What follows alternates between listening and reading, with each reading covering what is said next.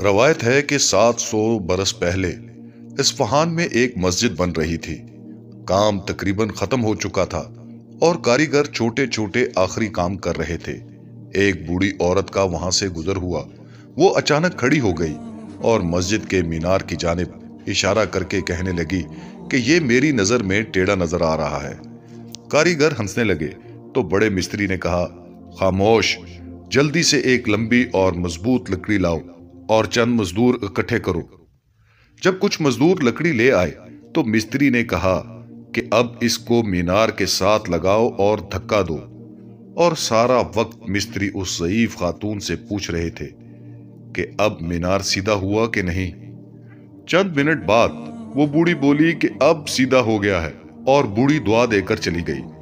مزدوروں نے مستری سے پوچھا کہ کیا لکڑی کی مدد سے ٹیڑھے مینار کو سیدھا کیا جا سکتا ہے؟ مستری نے جواب دیا، نہیں، لیکن ایسا کر کے غلط افواہ کا راستہ ضرور روکا جا سکتا ہے۔ اگر یہ بڑھیا چلی جاتی اور غلطی سے کچھ لوگوں کو کہہ دیتی کہ مینار ٹیڑھا بنا ہے اور یہ افواہ پھیل جاتی تو پھر لوگوں کی نظر میں یہ مینار ہمیشہ ٹیڑھا ہی رہتا۔ لیکن میں نے ایک لکڑی اور کچھ دھکوں کی مدد سے اس مینار کو ہمیشہ کے لیے سیدھا کر لیا ہے۔